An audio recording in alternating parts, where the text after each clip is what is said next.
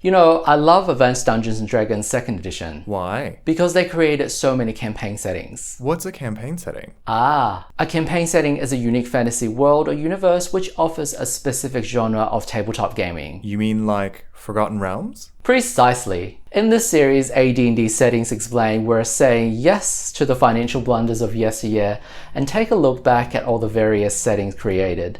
Some fan favorites persisted until today, and some not so favorites that were discontinued the same year that they were introduced. Hey everybody, my name is D, your favorite delinquent dungeon master that no one has ever heard of, and this is my channel D&D Ditches. And today the D stands for distant shores as we leave dusty old Faerun behind and sail west towards the unblemished lands of non-denominational Mesoamerica. Maztica. Hey, I like Forgotten Realms. Mind your own business.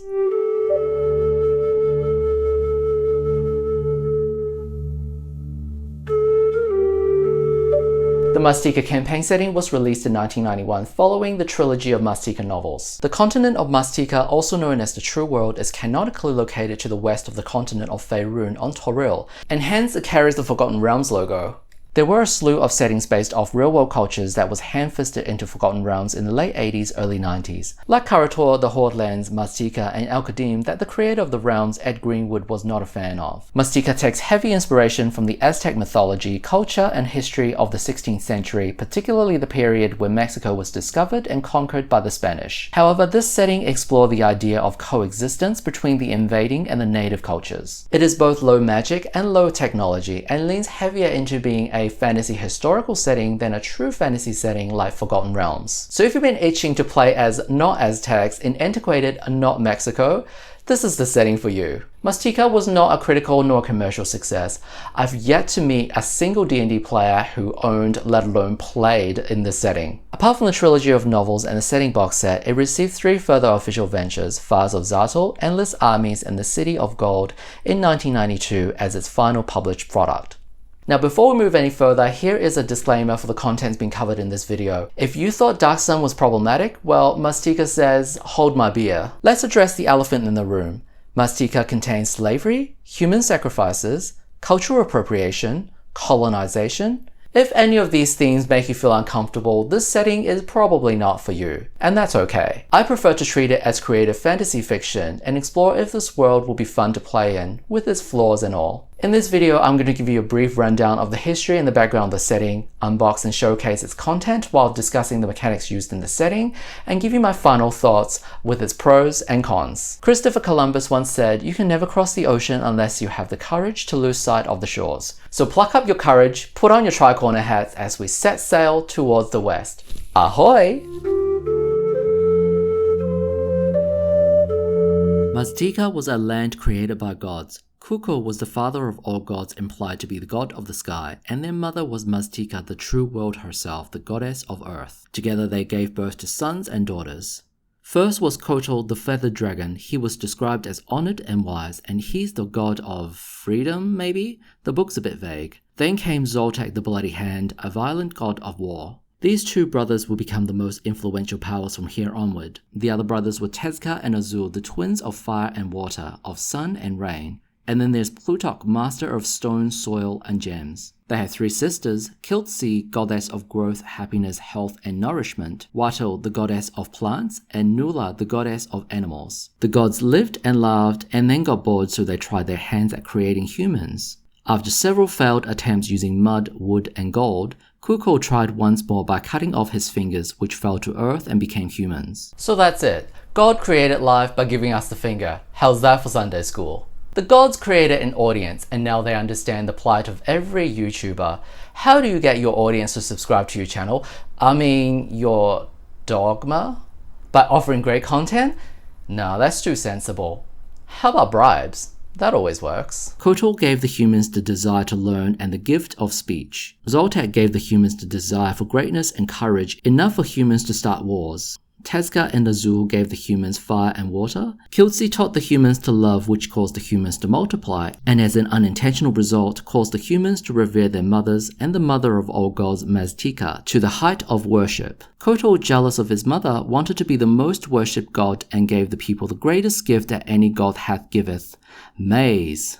Zoltek, upon seeing his brother's success with corn and seething with jealousy, wanted to give an even greater gift. He worked day and night and he gave the people Hishna, the magic of talent and venom. His bravest warriors became Jaguar Knights and his most loyal priests learned to use Hishna talent magic and the people learned of hatred. While standing on the sidelines, Mother Maztica gave Kotal the power of Pluma, the feather magic, which cleansed away the hatred of the people. Remember these new words as going to be important later. Angry at Mum for stirring the pot, Zoltek killed her, which made Daddy Kukul sad and he left this world, which started the War of the Gods. Kotal against Zoltek, brother against brother. The other brothers all took Zoltek's side, while the sisters took Kotal's side. Who do you guys think won the war? If you said Zoltek, you would have been wrong. Turns out having girls on your team is a great way to win a war. I just don't know how to get them to watch my content.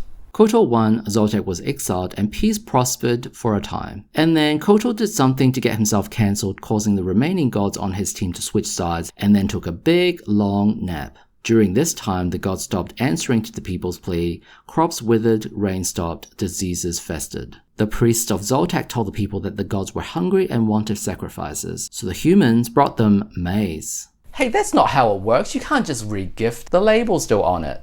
The people tried food, jewels, gold, but none of it did any good, so they started giving themselves and hence started the tradition of human sacrifices. But the good news is that the gods responded and life was good once again, apart from the human sacrifices. And then later, Kotal woke up from his long-ass nap and then he went, "What did you guys do? It smells like blood in here." And the people were like, remember what you did? And then he's like, oops. And then the people were like, aha, yeah, you're still cancelled.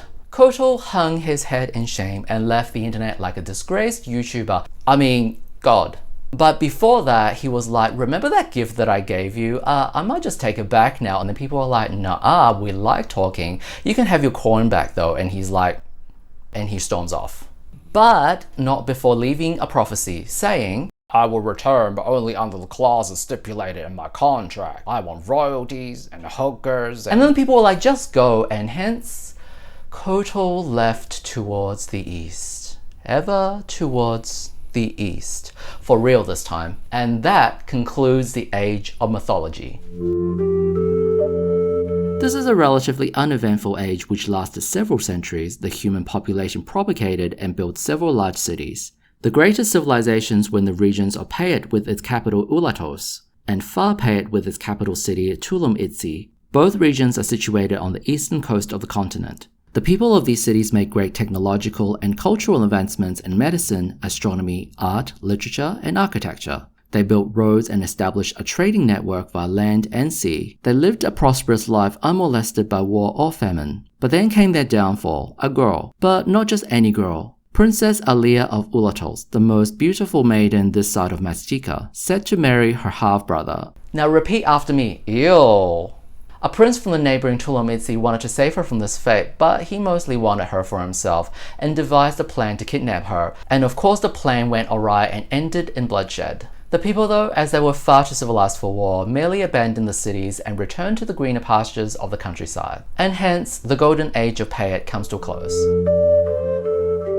The humans of the true world do not consider themselves the same people. Instead, each tribe settled in a different part of the continent and developed their cities and cultures independently. One tribe rose to be the dominant force of this era, the tribe from the north, calling themselves the Mazticans. The Mazticans worshipped Zoltek. A Maztican shaman of Zoltek named Teko wandered the desert for a full year and one day stumbled across a cavern. He had a vision of an imposing living statue of Zoltek who spoke to him. That day, Teko received a prophecy from Zoltek to take his children southward towards the Valley of their Destiny, their island in the sun, to gain the glory of their god. Teko returned to his people and recounted this vision, and then the entire tribe abandoned their homes and wandered south for generations. It wasn't until Teko's grandson's time that they settled on their permanent home, a low, flood-prone island in the middle of a lake in the Valley of Naxol.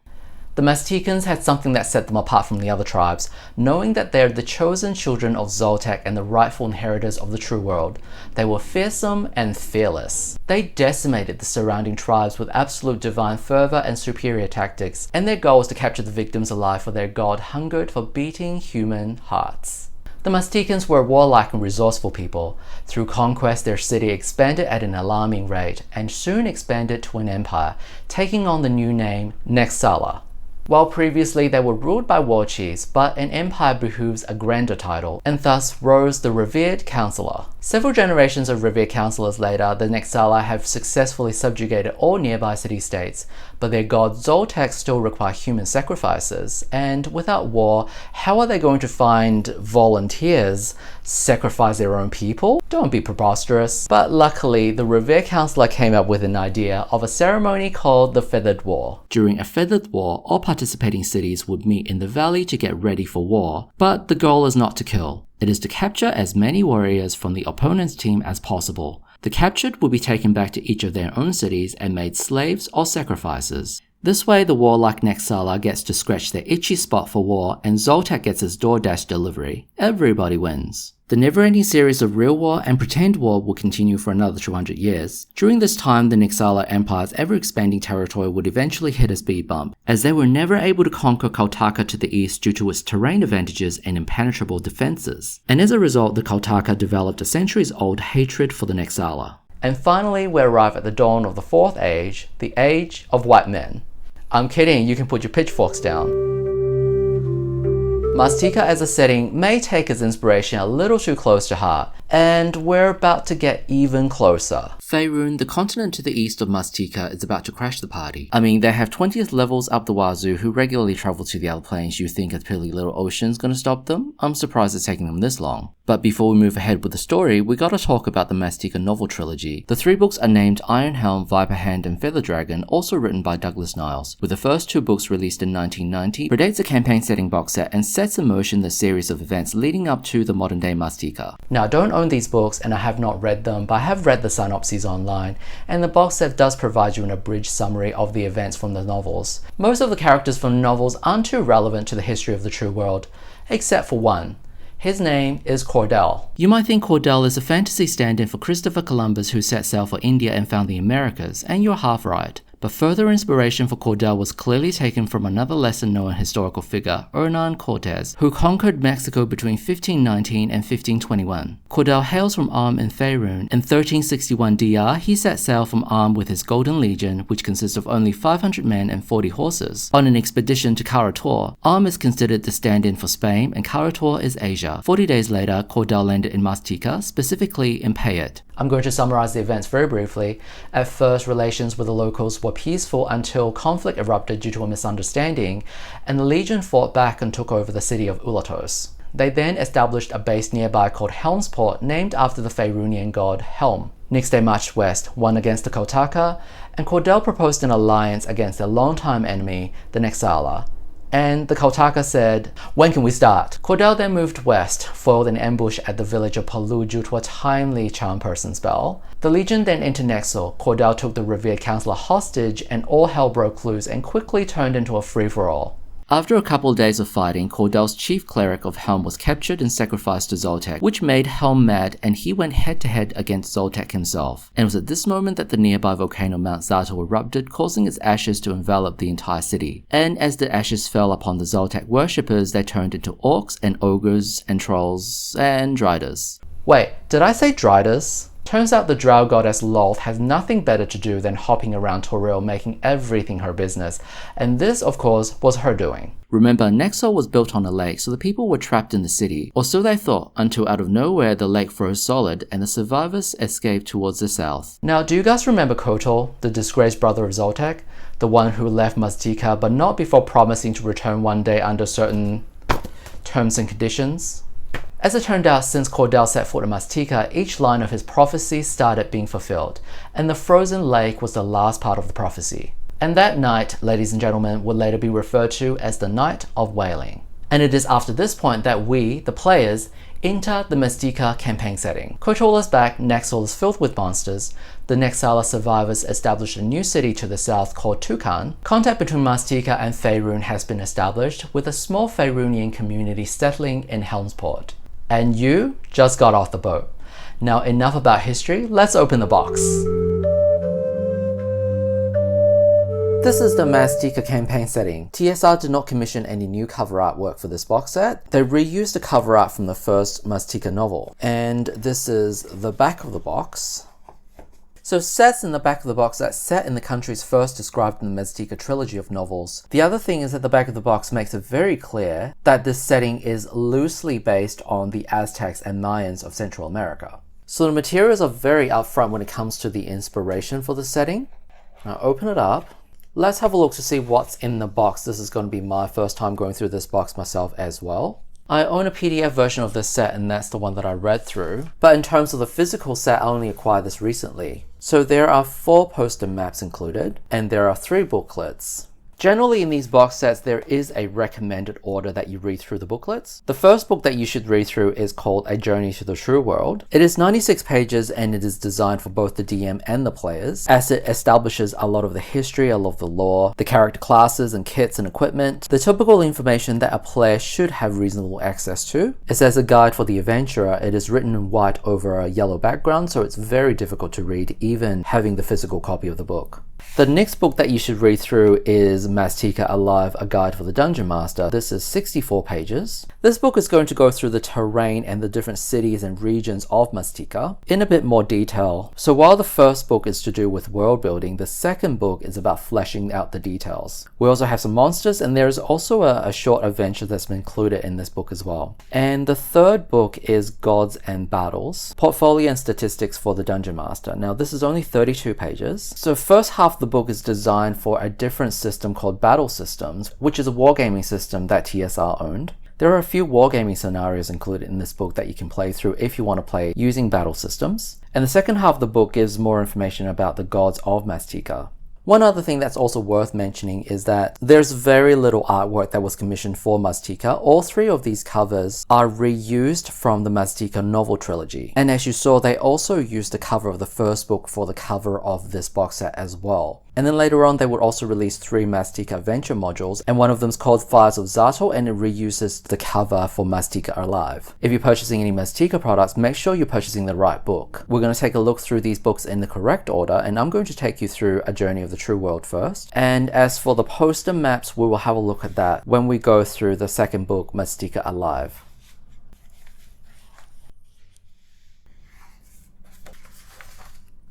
So as I mentioned previously, this is a 96 pages book. So it starts with the introduction to Maztica. The continent of Maztica is also referred to as the True World. Clearly it's inspired by the New World, which was what the Americas were referred to. It also explains Maztica in relation to Faerun in the Forgotten Realms setting. It says Maztica is obviously a land founded upon the pre-Columbian cultures of Mexico, especially Mayan and Aztec cultures. As a gaming environment, it postulates fantastically, of course, what might have happened if the native cultures had not been so totally conquered and overwhelmed by the invaders. So the author of the setting is very upfront when it comes to using particularly the Aztecs as the inspiration for Maztica. Starting from the mythology, the history, the culture, and the landscape, as when we get to the maps, you're going to see that Maztica is going to look suspiciously like Mexico. The book then spends 37 pages on the history of Maztica. Now, I've already summarized the history of the setting, so I'm not going to go through that again. There are several maps that's been provided in this section. For example, this one shows Cordell and his legion's route through Maztica. He landed here and then traveled south to Ulatos, and then west to conquer Caltaca, and on his march towards Nexol, he stopped at the village of Palul. And here we have the giant statue of Zoltak that priest of the Maztican tribe allegedly had an encounter with and saw the vision, and he was told to take his people southward to start their kingdom. And this map shows the Nexala kingdom at the height of its influence. They were able to conquer all of the surrounding city-states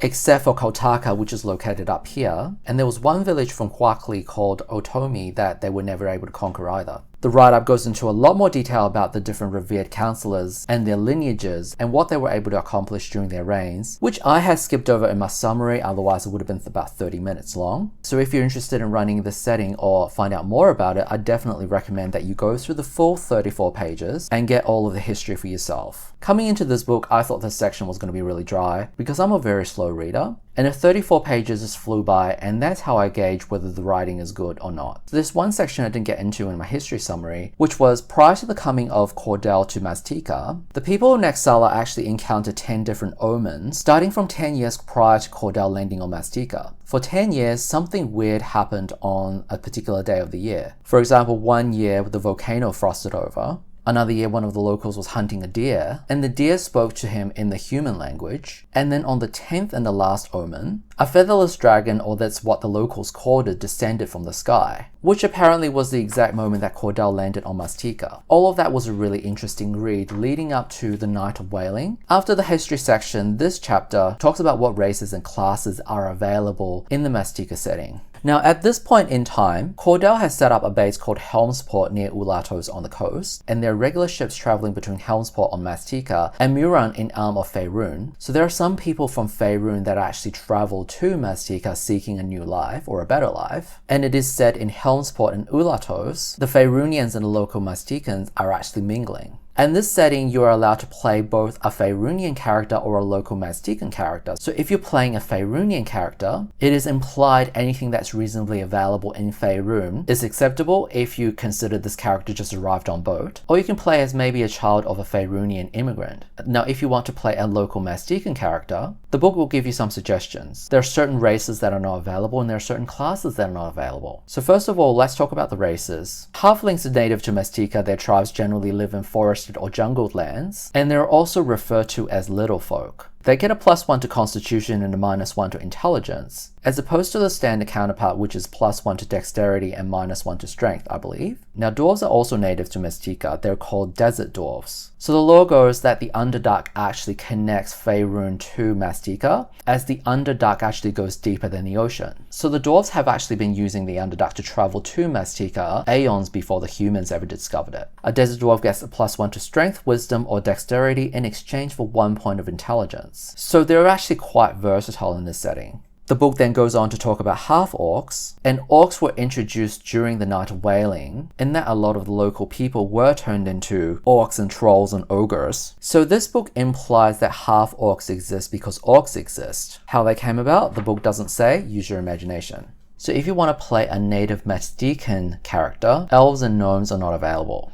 Now, the book gives us a map of the regional borders. If you play a human, there are also different ancestries that you can choose from as well. Remember, the setting came out in 1991. The only other second edition setting that I can think of where it allowed you to play different human ancestries with mechanical differences, as in differences in stats, was Birthright, which came out in 1995. So Maztica might actually be the first setting that gave different human ancestries different stats, at least when second edition is concerned. So we're going to skip forward a couple of pages because we're still talking about the races. We haven't moved on to the classes yet. And this is the section where it talks about the different human ancestries. So you can play the people pay it, which is from this section on the eastern coast. And it talks about their culture and their history. Remember, these are the people who discover things like medicine and astronomy and arts and culture. So they're more of a thinking type. So a pay it character gets a +1 to their wisdom, dexterity, and intelligence at the cost of -1 penalty to constitution and strength. So these characters are physically weaker, but they have better mental stats. And then we have the Mazticans, which are the warlike people, which eventually became the Nexala. They settled in the Nexal Valley, but their empire also expanded to Pazalek, Huakli, and Kolan. The Mazticans will get a +1 bonus to strength and intelligence in exchange to -1 to wisdom. Now, all of these ancestries also have a preference to the god that they worship as well. As if they do not worship a god that's traditionally worshipped by their people, you're playing with pretty harsh level limits for clerics. For example, it says here that as priests, they can serve any of the Maztican deities with a level limit of 5 for all except for Zoltek and Kotor. And that ties in with the lore with which god that the people have historically worshipped. Next up, we have the Dog People, which is situated to the north. When I hear the name Dog People, I'm thinking of like a bestial humanoid race, kind of like the Tabaxi, except for dogs instead of cat. I guess the name Dog People is just what the Mazticans decide to call them because they consider them primitive because their social structure is less advanced than they are, and they practice shamanism. So they get a +2 to Constitution, a +1 to Dexterity in exchange for a -1 to Wisdom, Intelligence, and Charisma. But if they become a priest or a Hishna Shaper, they receive a +1 to Wisdom and Intelligence and a -1 to Charisma. Speaking of Tabaxi, nowhere in this entire box set do they get a mention. Now, if you're familiar with the lore of Tabaxi, I think it's even stated on the Forgotten Realms wiki that the Tabaxi came from Maztica. So I think that's a bit of a missed opportunity for the book not to mention them. Or maybe the fact that the Tabaxi came from Maztica was later retconned onto that race. If you were hoping to find the culture or history of the Tabaxi, fantasy, I'm telling you, is not here. So let's talk about the green folk. They live in the jungle to the south. Contrary to the name, the green folk are not green. We don't have a bunch of She-Hulks running around. So they're just regular humans of a different tribe. It is explained that they are skilled with the use of curare poison. This is quite a potent poison in this setting that only they are trained on how to procure this poison. So green folk player characters get a +1 to dexterity in exchange to a -1 to strength, and they also get a +1 to hit with bow and arrow.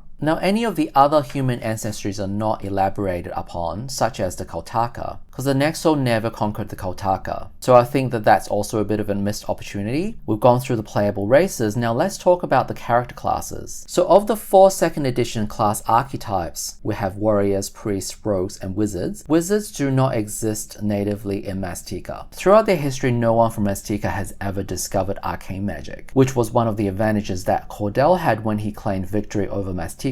So of the warriors, fighters are available. It is implied that paladins and rangers do not exist. I think you can make a case for rangers given that outdoor survival, living off the land, and there are a lot of jungles in Maztica, that a ranger could reasonably fit in the setting. But for paladins, I think that that's going to be a no. Some of the warrior kits from the Complete Fighter's Handbook are available, and obviously given this book was written in 1991, it did not include some of the later classes that were introduced or retroactively reintroduced into 2E, such as the revised Barbarian, but I would say that that would probably be a class that will fit. The Barbarian mentioned here is a fighter kit that was in the handbook. However, there are 2 new warrior kits that are introduced, the Eagle Knight and the Jaguar Knight. We're going to go through the new kits a bit later. So the priests in this setting can be devoted to any of the major Maztican gods, and they're explained a bit further in the 3rd book. And then when it comes to rogues, technically you can play a thief, however some of the thief abilities pretty much do not exist in this setting. Maztica rogues do not have the pickpocket ability as their civilized cousins. The read languages ability are limited to the Maztican languages, and also locks do not exist in Maztica, so the open lock skill pretty much don't exist. So if you want to play a thief, it's going to be a severely dumbed down thief. And it says here that the bard is particularly appropriate if one considers him in the context of a storyteller and historian.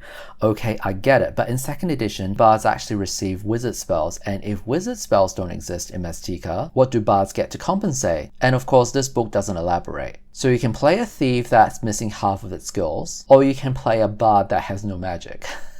It doesn't sound very exciting. However, I think that there is a point to this because they want you to play the 2 newly introduced rogue classes, the Hishna Shaper and the Pluma Weaver. This book specifically references them as artisans. I think the reason why they're slotting them under the rogue archetype is because they're using the rogue's d6 hit dice, the rogue's Thaco and saving throw table. But they're more of a spellcaster hybrid, so we're going to talk about the artisan kits a little bit later on. Moving forward is the Proficiencies section. Now, a lot of things that we take for granted in a standard fantasy D&D setting does not exist on Maztica, so a lot of these proficiencies have to be tweaked a little bit. For example, animal training only lets you train Maztican animals, such as parrots, macaws, falcons, eagles, jaguars, and monkeys. Whereas normally the animal which benefits the most from this would be horses, but horses don't actually exist in Maztica. So some of the other proficiencies like armorer or anything that deals with a craft are also slightly altered due to the types of materials that are available or not available on Maztica. For example, iron, steel, and most metals are not available. I guess not so much that it's not available as the culture hasn't actually learned to use it yet. Part of the reason that Nexala was never able to conquer the Otomi, apart from terrain advantages, the Otomi actually invented copper arrowheads, which were super effective against the Nexala. So we live in a setting where copper is the forefront of technology, not even bronze. And then the book introduces us to more proficiencies. This piece of artwork is what looks like a pluma weaver. So pluma essentially is to do with feathers. And these are artisans which create works of art using multicolored feathers. And speaking of that, the next part of the book introduces the new kits. We have the Eagle Knight and the Jaguar Knight, and here is a piece of artwork which depicts both of them. Now, both of these classes are inspired by real-world Aztec cultures, as a lot of the historical artwork depicted warriors dressed up in these costumes going to battle. Let's have a closer look at the 2 new warrior kits. The Eagle Knight is considered the ultimate order of knighthood and an elite warrior in Maztica. This kit is available for humans and desert dwarves. Minimum ability score requirements are Strength 14, Dexterity 13, and Wisdom 13. Order of the Eagle Knights are located in all major cities of Maztica. Aspiring young warriors need to apply to the order, and once accepted they will receive training and act as an apprentice to a veteran warrior. Upon reaching 7th level, Eagle Knights receive and are entitled to wear their iconic battle cloak and promoted to the captains of armies commanding thousands of soldiers. Upon reaching 10th level, they will become a noble of the city in which they serve. In battle, Eagle Knights are proficient in the use of the bow, the spear, and the marker. Out of battle, they must pick up the non-weapon proficiencies Animal Law, Direction Sense, Dancing, and Weather Sense. As for special abilities, Eagle Knights are bestowed with limited powers of Pluma. At level 2, they can learn one first level Pluma magic. At level 4, they can learn another first or second level Pluma. At level 7, they learn the 5th level Pluma magic Eagle form, which can only be used when they're wearing their Eagle cloak. Starting from level 10 and every 5 levels thereafter, they can learn another first or second level Pluma. We will talk about Pluma a little later. And as for restrictions, Eagle Knights owe allegiance to the revered counselor or the leader of the city they serve, which involves periods of guard or garrison duty and training new recruits. Clever DMs could use this as plot hooks to start missions. Jaguar Knights are similar to the Eagle Knights. They too serve the leader of the city and command the regiments of their armies, although the Jaguar Knight skills are better suited for reconnaissance or surprise attacks. This kit is available to humans and halflings. The minimum ability score requirements are Strength 13 and Intelligence 13, which is slightly lower than Eagle Knights. Young Jaguar wannabes also need to seek apprenticeship at major cities. While many Jaguar Knights serve the Temple of Zoltek, they are not required to worship the god of war. However, they must obey the command of their masters in service to the temple. Once they reach 5th level and have proven their courage and ferocity in battle, they are gifted with their signature feline battle armor. In battle, Jaguar Knights are proficient with the knife, spear, and the marker. Out of battle, they must acquire the non-weapon proficiencies of Animal Law, Blind Fighting, Dancing, and Hunting prior to advancing to 5th level. As special abilities, upon reaching level 2, the Jaguar Knight learns a 1st level Hishna spell. At level 5, they receive the 5th level Hishna spell Jaguar form, but must be wearing their Jaguar cloak to use it. Every 5th level thereafter, they gain an additional 1st or 2nd level Hishna spell. Jaguar Knights are subjected to the same restrictions as Eagle Knights in that they must serve their master. Most of the time, this would be a Temple of Zoltek. So how do they compare to the fighter class? Pretty well, actually. Remember, in Maztica there are no metallic weapons or armor. Apart from being very flavorful and unique to the setting, these kits gain some minor spells and their signature ability to shapeshift, while losing nothing in return. There's no reason why you want to take the fighter class over the Eagle or Jaguar Knight outside of not meeting the modest minimum ability score requirement. And then the book goes into the artisans of Maztica magic, the Pluma weavers and the Hishna shapers. So do you guys remember in the history recap section of this video that I said that Pluma and Hishna is going to come up later? Because these two classes actually make use of these types of magic. Going back to the lore of the Age of Mythology, Hishna was known as the magic of talon and venom, and it was a gift from the god Zoltek to the people. And Pluma, also known as feather magic, was invented by the goddess Maztica. She gave it to Kotal, and Kotal gave it to the people as kind of a counter to Zoltek's Hishna. So in a way you can think of them as like light magic and dark magic. The Pluma weavers and the Hishna shapers are artisans which work with materials, so that would be feathers for Pluma weavers and bones, talons and venoms for Hishna shapers. They will craft charms, totems and talismans and imbue them with magical properties. And through these items that they craft, they're able to use the magic of the gods. Now let's have a look at Pluma weaver and Hishna shaper. The Pluma weaver is a master of featherwork. To pursue this craft, the minimum ability scores required are Dexterity 12 and Wisdom 13. This kit is available to humans, the dog people, and desert dwarves. Pluma weavers can be found in villages and cities. They generally survive by trading their craft for food and other essentials. In battle, they are proficient with a bow and option to pick up the sling, club, or other similar blunt instruments. Out of battle, they must learn the Animal Law, healing, set snares, tracking, and weaving non-weapon proficiencies before reaching 10th level. As for special abilities, firstly, Pluma weavers receive a +2 to hit when using a bow. More importantly, they have mastered the art of Pluma feather magic, which uses the artisan spell progression table, which is similar to the 2nd edition Bard class, except maximum of 5th level spells. 4th level spells require a Dex or Wiz score of 15, while 5th level spells require both scores to be 15. Apart from not being as strong as the warriors, the Pluma weavers have no further restrictions. Now for Hishna shapers, they study and gather materials from dangerous beasts such as venom from snakes and spiders, or claws and fangs from jaguars. They're generally feared, but also respected by the general public public. For the protection they provide a village is worth putting up with their weird experiments. The minimum ability scores required is Dexterity 12 and Intelligence 13, and this kit is available to humans and halflings. In battle, they're proficient with the knife and option to pick up the spear and blunt weapons. Outside of battle, they must acquire animal lore, animal training, and tracking non-weapon proficiencies. As special abilities, Hijna Shapers acquire Hijna spells using the same artisan spell progression table. In addition, they're also able to backstab like a 2nd edition thief. As for restrictions, they're generally feared and shunned by Maztican society. Now, how do these kits compare to the other rogue classes? Well, Thief is nerfed as half their skills don't exist, Bard is nerfed as arcane magic don't exist, and there are no wizards. Hence, there's no good reason not to take one of these kits if you're playing a rogue. Both kits are very flavorful and unique to Maztica. Their spells feel different to standard D&D, so they compare favorably to the other rogues. However, they should be compared with the priests in this setting, as priests can also use Pluma or Hijna. On top of having a superior hit die, Thaco, magic progression, and divine magic, at least the Hijna Shaper has backstab. Moving on, the book talks about the ball game, which is based on a historical ball game that was played by the Aztecs. If you're interested, you can Google it to get more information, but it pretty much recreates the game exactly. This is a game involving 2 teams with the goal of trying to get the ball through a hoop, except you're not allowed to use your hand and feet, you can use any other parts of your body. This is typically a game that's played for ceremonial purposes, but the losing team generally end up getting sacrificed just like they did in history. The book gives you mechanics on how to play the ball game, and it's also elaborated in a bit more detail in the second book. Now the next part talks about the economy and the equipment. So Maztica uses a lot of gold, but coins, and particularly coins using copper and silver, was not a thing. So it talks about the currency that's typically used in Maztica. The most common currency is cocoa beans, and the value is that 100 cocoa beans equals 1 gold piece from Faerun. So 1 single cocoa bean is equivalent to the same value of 1 single copper piece, and the same with an ear of maize. And this setting chooses to spell it as M-A-Y-Z.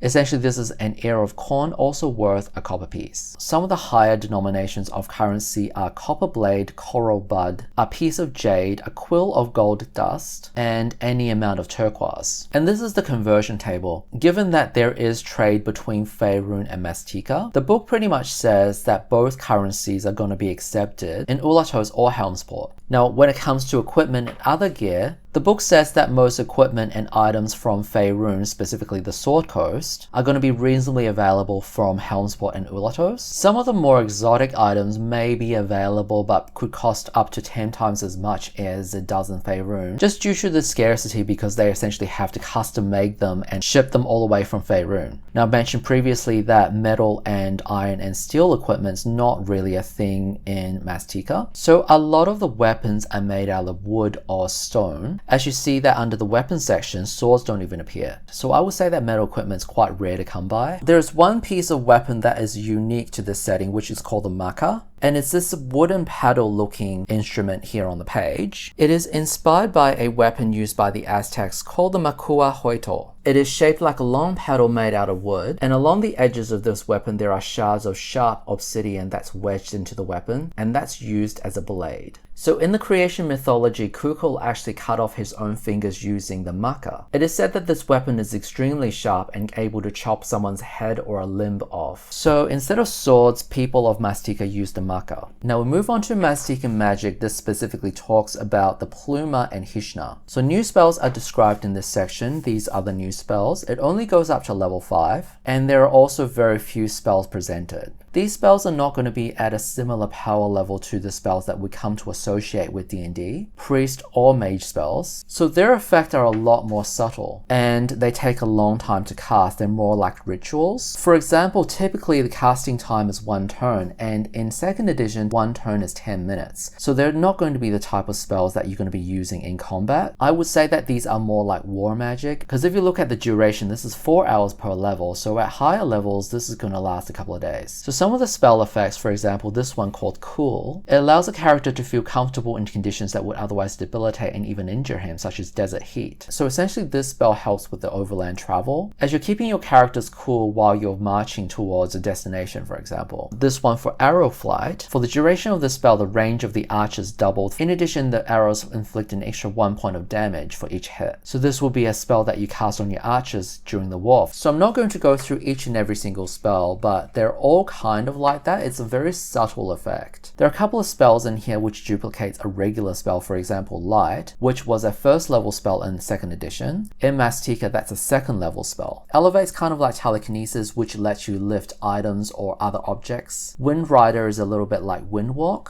So there are a few spells which uses the elements, like Water Move, this is like Shake Water. And then when you get to 5th level spells, finally you get to do something that's a bit more substantial. Create Talisman lets you create some magical items. For example, Band of Might is like a Girdle of Giant Strength. Feather Token grants you magic resistance and a bonus to AC, kind of like a Bracer of Defense. Moccasins of Free Movement is like Boots of Elvenkind, and so on. Some of these can duplicate the effect of a +2 or +3 weapon. So the other 5th level spell is called Eagle Form. We should talk about this. Now the Eagle Knights also have access to this spell starting from level 7, whereas the Plumer Shaper only gets access to 5th level spells at level 14. This spell allows the caster to polymorph into the body of an eagle. You're able to fly and your vision is also enhanced. This spell also symbolizes the ultimate gift from the god Kotor, because you're essentially taking the form of one of his creatures. Now let's move on to Hishna, also known as the Telemagic. As this is the magic of Zoltek, it's more in the realms of trickery. Cat Charm allows you to charm any form of cat, whether it be a jaguar, ocelot, or any other feline creature. It seems like in Maztica, birds are the creatures of Kotor, and cats and snakes are the creatures of Zoltek, and hence Hishna uses both Talon, being from a cat, and Venom from a snake. Disguise is kind of like Change Person or Outer Self. Huntsman's Call summons animals from the surrounding area, but they're not necessarily going to be under your control. Protection is kind of like shield or armor. Snake Charm is like the snake version of Cat Charm.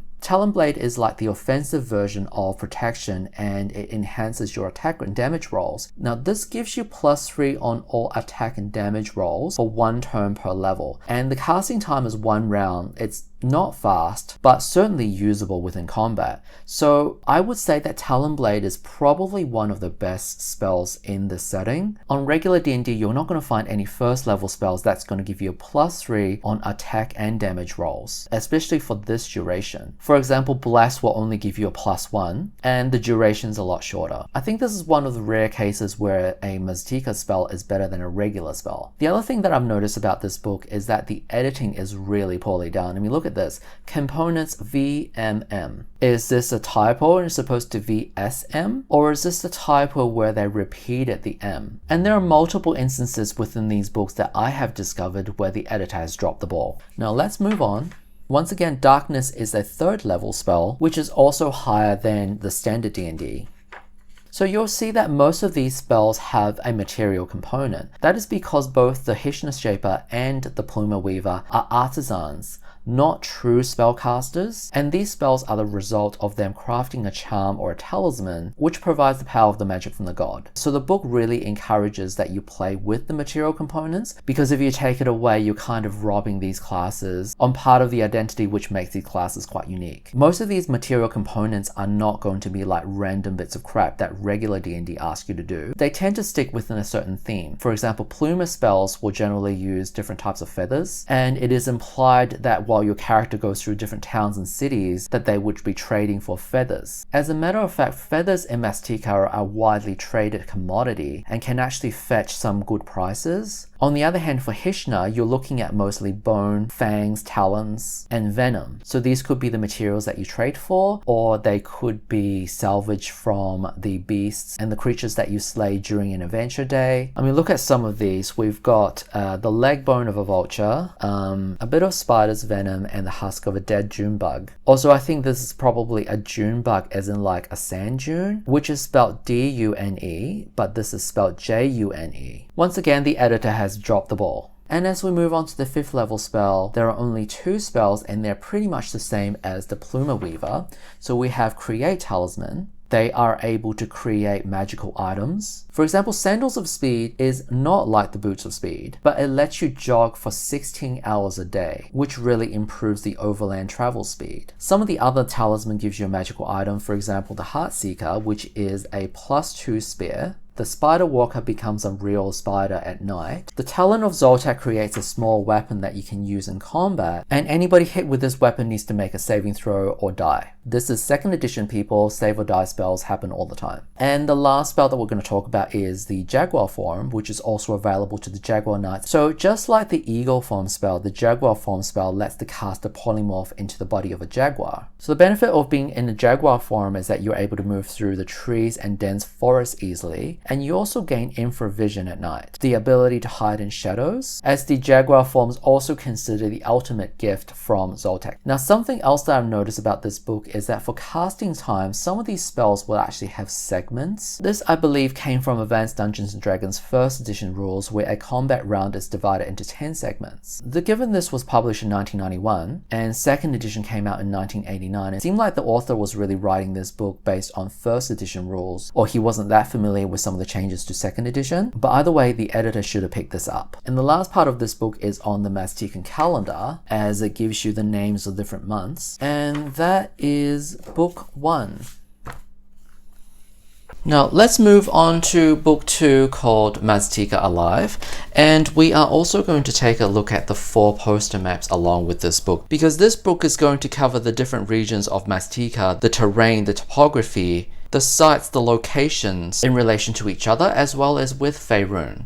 This book is 64 pages and it's intended for the Dungeon Master's eyes only. The first 2/3 of this book are dedicated to fleshing out the regions in a lot more detail. It starts with talking about the land and the weather, and the different types of terrains and how it's been depicted on this map, which we will have a look in a second. The little diagrams it provides are snippets from the map itself, as an example on how this type of terrain is being depicted. So we have marshlands, arable lands, jungle, mountainous jungle, as the previous page shows us how mountains are depicted. And then it goes into brush savanna, desert, mountainous desert, and mountain summits, and the different bodies of water, rivers, lakes, oceans. And then it ends with a brief summary on moisture, rainfall, and temperature. This is intended for if you really want to run more of a simulationist or more of a survival type of game. So let's open up this map. This first map shows us the northern half of this Maztican continent. Here we have the Nexal Valley, which the Nexala Empire was founded on. And then if we move towards the east, we have Payet on the eastern coast. And just in case you didn't read the book, we also have the key, which depicts the different types of terrains. In a way, the book really didn't need to go into as much detail as it did about the different types of terrains. However, if you really wanted to get the understanding on what is considered arable lands, the book gives you a pretty good definition. I'm filming the footage on my phone and it seems like the video quality is skewing more yellow than the actual map itself. You'll see that the predominant color in this map is going to be mostly this tan orangey type of color where the region of Pizilak is located. This color signifies brush and savanna. So the majority of the terrain for northern Maztica is going to be mostly brush savanna. Moving towards the northwest, and also a little bit towards the south, this gravelly orange color represents the desert. So most of the land towards the north is going to be from the desert. And if you remember from the history section earlier in the video, before they were the Nexala, they were called the Mazticans. And the original priest of Zoltek who discovered the statue of Zoltek, which he received the prophecy from, allegedly wandered the desert for a year. And we can infer from that story that the original Mazticans probably originated somewhere in this desert to the north. We have patches of land that's colored lime green like this, and this represents arable land. And you see that most of the cities are built on the arable lands. Given that these regions can sustain agriculture, this makes a lot of sense. And then obviously the dark green represents the jungle. Now let's move back to the book. The book then goes into covering the ball game in a bit more detail, which was mentioned previously in the first book. We also have the artist's depiction of the ball game as being played. The idea being that the players need to get the ball through the hoop. And if you Google the Aztec ball game, this is a pretty accurate depiction of how people believe that the ball game was played. Now the rules leave a lot to be desired.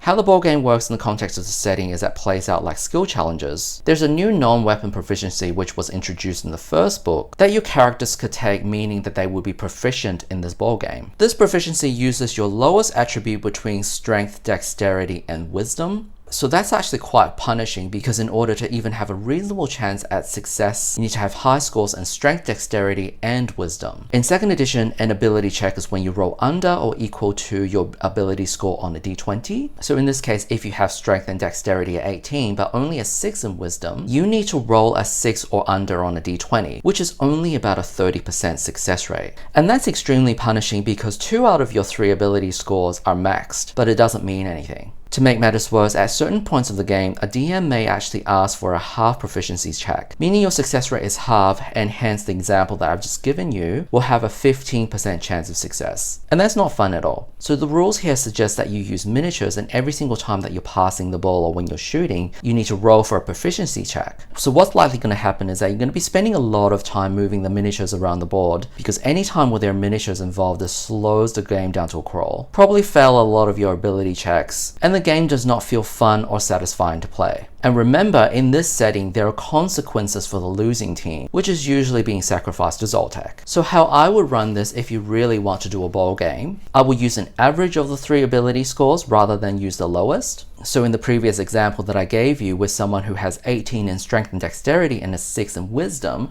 actually has a 14 as an average score, meaning your 30% success rate has just gone up to 60%, which is a lot more reasonable. And then instead of making a roll for every single action, I would just narrate the match and make a single skill check for an entire match. And I would do something like 2 out of 3, so you need to have 2 successes within 3 matches. And if you have multiple players in the same ball game, let them all do their ability check. And as long as you have 50% or above of the players rolling a success, that would count as a win for the match. This way you can still include the ball game in your session and not have it drag out for a long time and still feel really punishing and not satisfying to play. DM and the player can just narrate what happens during the ball game based on the dice rolls.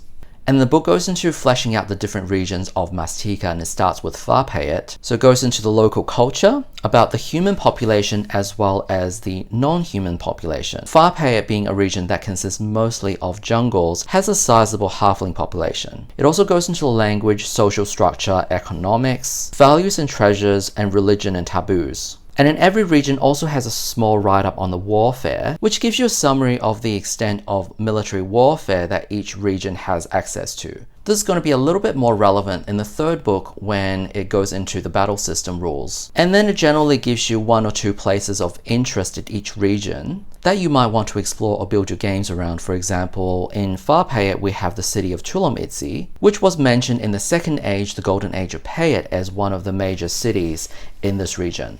And then we also have a map of Chulamitzi. And some of these locations are given a bit more of a write-up. As for example, this structure here is the Pyramid of Kotor. Now don't get too used to this because this level of detail has only been given to 2 or 3 different locations in this book. Because if I flip forward in this book from page 18 to page 29, it's given 11 pages worth of details, including a map of the city. So the city of Chulamitzi is really fleshed out in terms of this setting, but most other places are not so lucky. Now I think it's time to bring out the 2nd map and show you where Faerun is located. This is the 2nd map, which shows the southern part of Maztica. So the northern edge of this map actually connects to the southern edge of the 1st map. We have the region of Kolan, which is south of Nexol, and then towards the east, on this peninsula, is Faerun. As you can see, the majority of this region is covered in thick jungle, with the tall mountainous region in the center. The city of Chulamitzi is located in this patch of arable land, and it's separated from the other regions via either a thick jungle and the inner Sea of Azul. And the next region that the book goes into is Payet, which is located on the eastern part of the continent. If you've been paying attention during the history section of this video, you might remember this is also where Cordell landed on his expedition. Matter of fact, this region of the sea is called the Gulf of Cordell. The book then expands more into Payet. Now both Payet and Faerun, being these are the 2 regions that prospered during the Golden Age of Payet, are significantly more advanced when it comes to culture, arts, medicine, and other sciences compared to their inland cousins. So locals in this region tend to have more cerebral pursuits. Looking at this setting from a modern perspective, one would also make the argument that they're a bit more civilized, as the act of human sacrifices are not practiced in these regions. The lore also said that when Kotal left Maztica, he left towards the east, specifically in a landmark called the Twin Visages, which is located at the northeastern tip of the continent.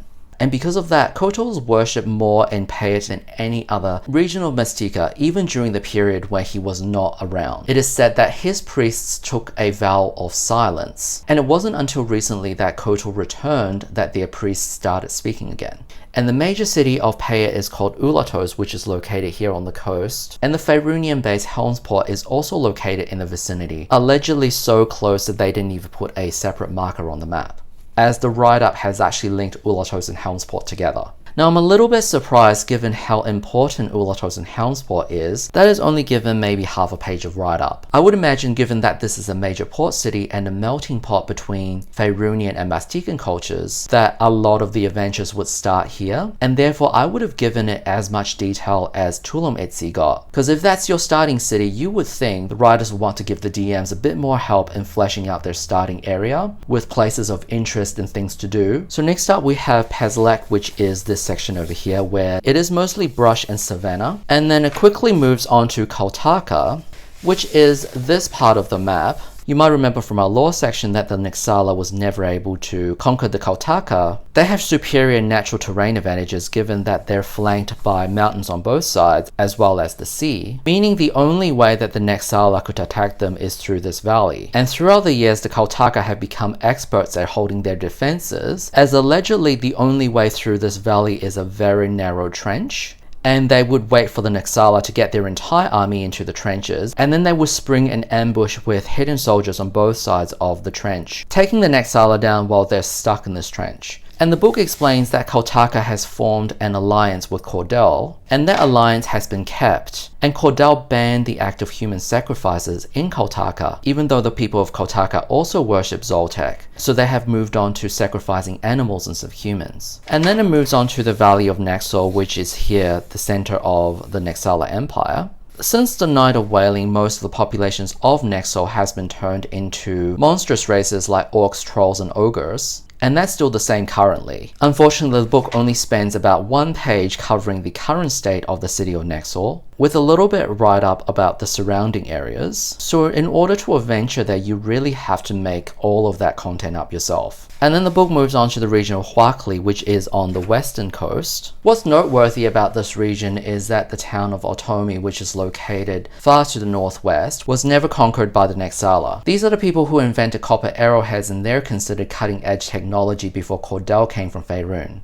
Half of this poster map gives us the Valley of Naxor. The city of Naxor is built on an island in the center of a large lake, and it was connected to the rest of the continent via roads or bridges. However, it seems like most of these bridges have since been destroyed, and the only road that remains intact is the one going west towards Tizat. During the Night of Wailing, this lake froze, which allowed the people to flee the city towards the south. Now, if we go south a little bit, we have Mount Zartal, which is the major volcano. It is said that in the past, whenever the god Zoltek is angry, Mount Zartal would erupt, and it would spray ashes far into the air, covering a majority of this region. And that's when people would say, oops, time for more sacrifices. And then in the lower right corner, we have a small map of the sacred square of Naxor, which relates to this area which is encased in a square. And that gives you an idea what's located in this area. For example, we have Nalticona's palace, who was the revered counselor at the time when Cordell came to Maztica. As we move on in the book, we have a tiny write-up on the region of Kolan, which is located to the south. And then we move on to Tukan or Tukan, which is the new city to the south, which has been built by the people who escaped Naxor during the Night of Wailing. It is said that the city is rapidly growing, and it's as big, if not bigger, than Naxor. Here we have a visual depiction of the city, and the city's also been given half-page spread in the poster on the opposite side of the Valley of Naxor. So it really gives us a high-level bird's eye view of the city, but we don't have any zoomed-in maps of any of the areas. Located towards the outer edge of the city, we have House of Poshtli and House of Halloran. Now, these are both characters of the Maztica novels, which brings me to a small criticism that I have for this setting, which is that the timeline doesn't really make a lot of sense. The book recommends that this setting should be played during the 4th era, after Cordell has established contact with Maztica and after the Night of Wailing. The books don't elaborate how long it's been since the Night of Wailing, which happened during the novels. The fact that most of the important characters in the novels are all human, and they are still alive, Poshtli, Halloran, and Cordell are still in Helmsport, so it seems like the setting's only moved on 10 or 20 years or so. And it is said that the city of Toucan is now as big, if not bigger, than Naxor. How the hell did it get to this size with this level of infrastructure within 10 or 20 years? The book also said that the Great Pyramid of Toucan is as big and as tall as the Great Pyramid of Naxor. With what technology in 20 years? So this is a bit of a peeve of mine when it comes to this setting. For me, the believability in a setting is really important because D&D is a game about make-believe. And if I as DM don't believe in this setting, how am I supposed to convey that to my players? Anyway, moving on, outside of the regions that we just gone through, the book also covers a few other places of interest that's outside of the populated areas of the towns and villages. Most of these places are only given about a third of a page worth of write-up, and some of these places do actually sound interesting, but you're going to have to do all of the work yourself as the Dungeon Master. And we're given a page on traveling between Maztica and the Sword Coast, and that gives us the segue to introduce the 4th and the last map. This is the map which shows the trackless sea, which is the ocean that's between Faerun and Maztica. And it plots out the voyage of Cordell from Muran in Arm to Maztica. As you see, Muran is located here, which is to the south of Athkatla, which is located here. Athkatla, also known as the City of Coin, is located in Arm, which is south of Baldur's Gate on the Sword Coast. Athkatla is also the setting of Baldur's Gate 2, being one of my favorite games of all time. If you've not played it, I highly recommend it. Cordell's journey took him to Lantern, and then on the 40th day of his journey, he landed on one of the islands off to the coast of Maztica. And this map also shows the entirety of Maztica on a single map that I can fit on screen. Here we have Payet, where Ulatos and Helmsport is located. Far Payet is on the peninsula to the south. Nexol, Huakli, Kolan, and the new city Toucan is located far to the south. There's also a couple of other interesting things that's on this map. Lopango Land of Fire is located to south of Maztica. There's also Michaka, City of Gold, which is located far to the north. Also on this map is the city of Chihuahua, known as the City of the Gods. Allegedly, this was an ancient city which existed during the Age of Mythology, and the location of the city has since been lost and is considered a bit of a legend. Now that the course of this voyage has been established, it is said that the journey between Muran and Ulatos takes 40 days, and the return journey from Ulatos to Muran takes 60 days, and that's because of an easterly wind. However, allegedly there is a more dangerous path that if you sail north and take a certain current, the journey time from Maztica to Faerun could be cut down from 60 days down to 40 days. However, that journey is extremely dangerous as you're veering dangerously close to the elven homeland of Evermeet. And apparently there are invisible teleporting portals near the island of Evermeet that may devour part of your ship if your ship makes contact with it.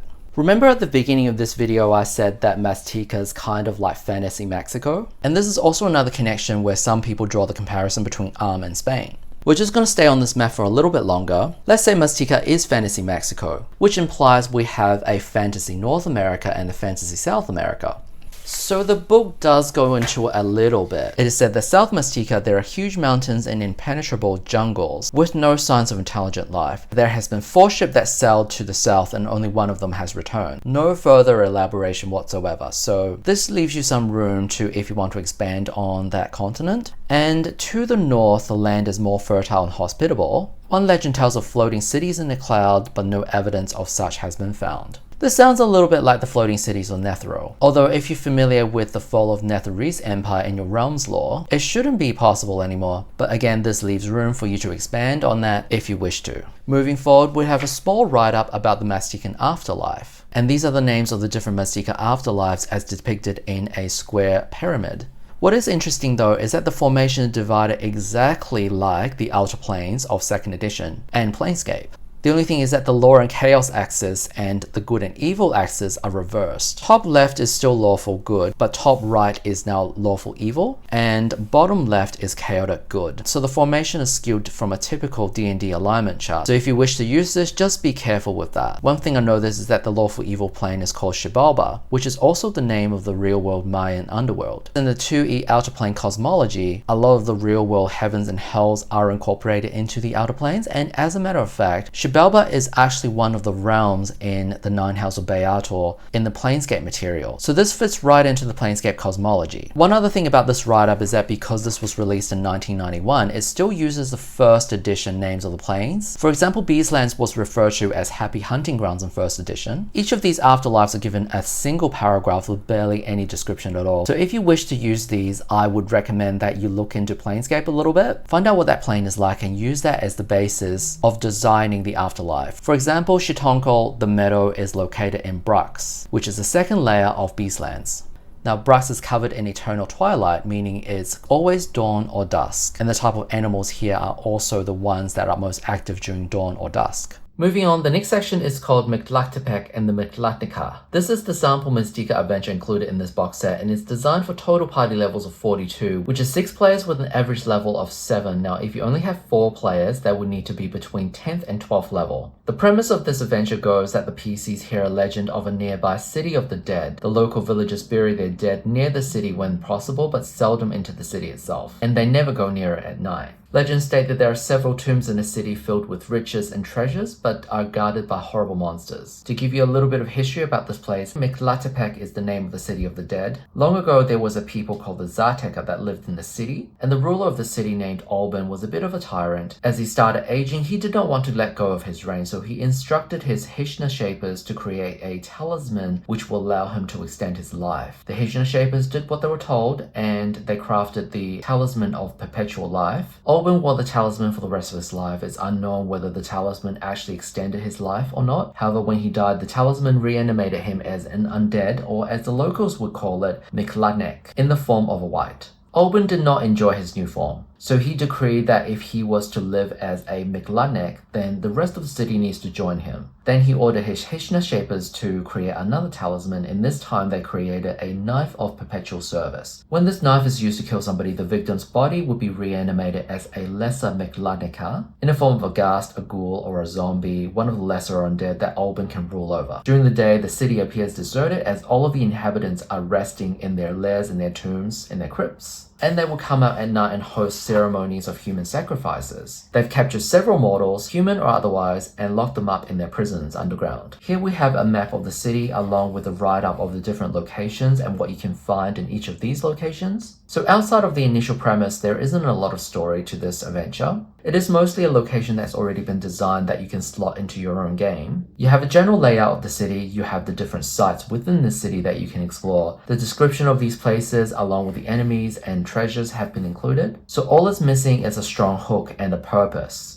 As a sample adventure to introduce new players to Maztica, this is not really doing the job. And the sample adventure from these campaign setting box sets from the second edition were intended to introduce a player to the setting as a fledgling adventurer, generally within level 1 to 3. So coming into this module as a seasoned adventurer, even though this is your first time in Maztica, doesn't really make a lot of sense. But I think this is a pretty good adventure to slot into your game once your adventurers are a bit more seasoned and have established and made a name for themselves in this world. And I think it needs a stronger hook. Maybe there's an NPC that your characters are looking for that's going to be important to the story. They travel to another village to go find this NPC, and the villagers say, hey, so-and-so hasn't actually come back. He took the body of one of our recent fallen comrades to the city of the dead to get him buried, and it's been 3 days and he hasn't come back. Your characters find out more about the city of the dead and know that the journey there and back is a bit dangerous, because every now and then the people don't come back and the local villagers don't know why, and they're not brave enough to go and find out. And then maybe they could also meet another villager who's a little bit more shady, and he's like, hey, I heard there's great treasures in the city of the dead. Are you game? And that's going to give your players ample motivation to go and check it out for themselves. Now I have one more little nitpick about this adventure, in that it doesn't feel very Maztican. Pretty much all of the monsters that you meet are going to be just your garden variety undead. You've got your zombies, ghast, ghouls, wights. Essentially, this adventure can take place in Faerun or Greyhawk or any other setting really, because you're not dealing with any creatures or monsters that feels particularly Maztican, so I would maybe personalize some of the undead or substitute some of the undead for other monsters or skeletal or zombie versions of Maztican monsters. And speaking of monsters, this book introduces us to 4 new monsters to this setting. First we have the Chuck, which is a spirit that can take on the form of a jaguar. We have another example of sloppy editing because it's missing an XP value. And then we have the Jaeger, which is a cross between of a jaguar and ogre. They're another monstrosity that was introduced during the Night of Wailing. There's a Kamatlan, which is a jaguar with snakes protruding out of its shoulder. And then there is the Pluma Zertal, which is a creature that was created using Pluma. It is considered an abomination. The gods have since punished the original Pluma Weaver who created this creature. And then we have a page of all the monsters that could fit in the Maztica setting from all of the monstrous compendiums that's been published until this point. Remember, this product came out in 1991. It did not include some of the later monstrous compendium products. A second edition was supported right up until 1999. That's another 8 years worth of products that we could pull monstrous entries from. If you're really into the Maztica setting, you might want to take a look at some of the later products and include the monsters that could fit into a South American or Central American setting or mythology. Maztica did not receive its own monstrous compendium supplement, so I feel like this setting has very few monsters that's very unique. It really could have benefited from more monsters that were created specifically for Maztica. I would have preferred if I included more monsters in this book and took away some of the superfluous stuff like the Maztican afterlives, which is good to know, but you're probably not going to structure a game around it. And that is the end of this book. Now let's have a look at the final book, which is called Gods and Battles, Portfolios and Statistics for the Dungeon Master. This book is 32 pages, and the first half of this book is designed to be used with Battlesystem. Now Battlesystem was a wargaming rule set made by TSR. It's designed to simulate wargaming using miniatures. Now each miniature can represent up to 10 units of soldiers. Battlesystem was originally released in 1985 for the Advanced Dungeons & Dragons 1st edition, and in 1989 it received a supplement updating the rules for 2nd edition. And it was created by Douglas Niles. Hang on a second, that name kind of sounds familiar. Oh yeah, there it is. So Douglas Niles wrote Battlesystem rules. He also wrote the Maztica trilogy novels, as well as the Maztica box set that we're currently looking at. So this box set was an opportunity for Douglas to incorporate several of his creations into a single product, and TSR has looked for several opportunities to cross-sell the Battlesystem products. So clearly they included Battlesystem as a part of this box set to try to get more people into that system. And I also heard some stories about the early days when the Dark Sun setting was being conceived that originally was called Warworld, and they also wanted to include Battlesystem as part of that setting to try and push it. So Dark Sun came out in 1991 as well, I believe, after Maztica. And Dark Sun did not have a lot to do with battle systems. I think that there might have been a couple of sections within the Dragon King's book where that was mentioned. But I'm thinking maybe because Maztica has incorporated battle systems that Dark Sun didn't have to. So in that case, maybe Maztica has taken the bullet for Dark Sun. So this book gives us 3 scenarios where you can play through using the battle system war game. And these are all events that happened within the history of Maztica. So scenario 1 is called the early days of the Empire. And this was during the reign of Epana III, the 4th revered counselor of Naxor.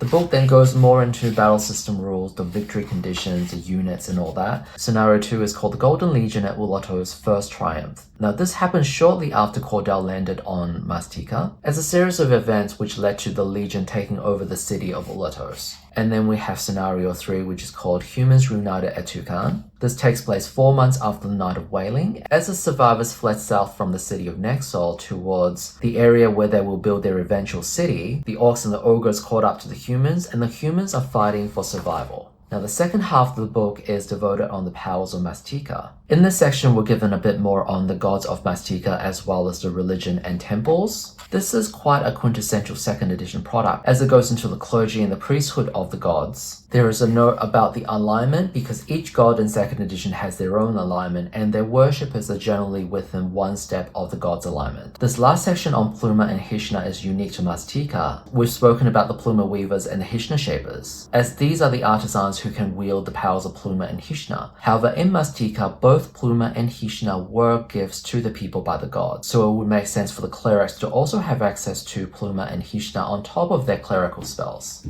Which one they get access to depends on the god that they worship and is explained in more detail in the subsequent pages. So in these pages, we're given the god's holy symbol, their alignment, their physical appearance, their role within the Maztican society, and also tenets and priestly practices. And it is within this last section where it explains the god's sphere of influence and the type of spells that they can grant their worshippers. So Kukul, father of the gods, has left Maztica, so it seems like no one worships him anymore because they're not able to receive any spells. Now Maztica, on the other hand, even though she is canonically dead, being killed by Zoltek, she is still being worshipped and her clergy is still able to receive spells. It seems like that they're going with this idea that Maztica, similar to the Greek goddess Gaia, is the actual earth and the continent of Maztica, which is named after the goddess. And Maztica is the earth itself, and that's where she draws her magic. It's even explained here that the priests of Maztica are very similar to druids. So the priests of Maztica are the druids in this setting. Then we move on to Kotal and Zoltek, the brothers. These are the two most influential gods. So if we look under the tenets and priestly practices section, priests of Kotal have major access to the spheres of Pluma, healing, creation, and protection spells. They also have minor access to the spheres of animal, astral, divination, and plant spells. Now in 2nd edition, minor sphere access means that the priests are able to cast up to 3rd level spells, whereas major sphere access means that the priest can cast up to level 7 spells, which is the maximum in 2nd edition.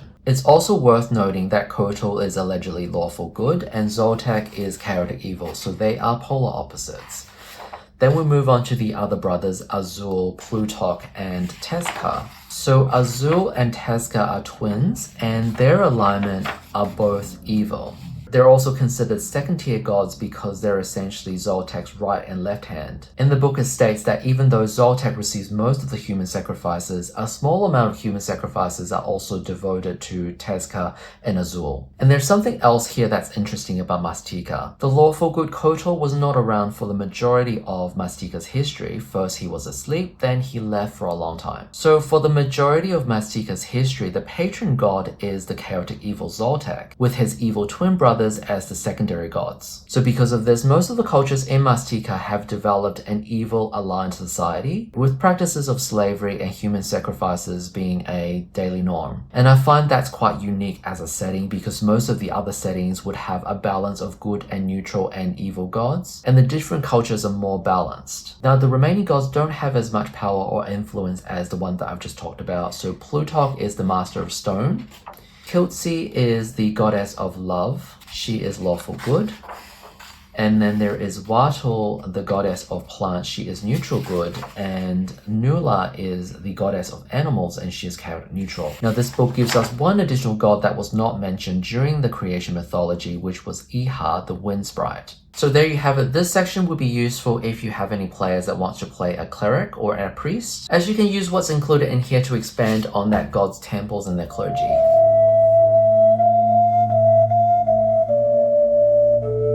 Before I give you my final thoughts, let's look at the pros and cons. Pros: Mesoamerica is a rare setting in Dungeons & Dragons and has a very distinct flavor. The unique combination of low magic and low technology really leans into the roleplay aspect, as players will have less options to brute force the solution compared to other settings. A unique setting where society is mostly built on evil-aligned values, but the world itself isn't all grimdark or doom and gloom. Now for the cons. Maztica could be considered problematic these days as per the list of controversial themes at the start of this video, so it's not for everyone, but I believe it can be played respectfully with a mature group. Setting has significant nerfs to playable races and classes, weapons and armor options, weak magic, and don't introduce enough mechanics to offset this. It's overall a net loss on character options. The world of Maztica is lacking in detail due to very limited support. The DM would have to do a lot of work fleshing out every single city, town, village, dungeon, or any point of interest. To make matters worse, this product wastes precious pages trying to shoehorn in Battlesystem, which to be honest, no one is interested in. As for my final thoughts, coming into this, I thought the setting would be more interesting, and I'm left with blue balls. And I think ignorance in Mesoamerica culture or history might play a part in this. Most historical or fantasy media covers the European cultures like the Greeks, Romans, Vikings, the medieval, and Asian-centric fantasy have been on the rise over the last 20 years, but there's comparatively far fewer media coverage when it comes to Mesoamerica, so this setting tends to evoke a greater sense of mystique. This book also covers its content in the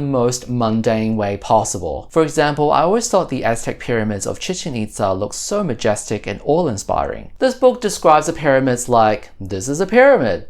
It has 4 sides. It's this tall and has altars for ceremonies.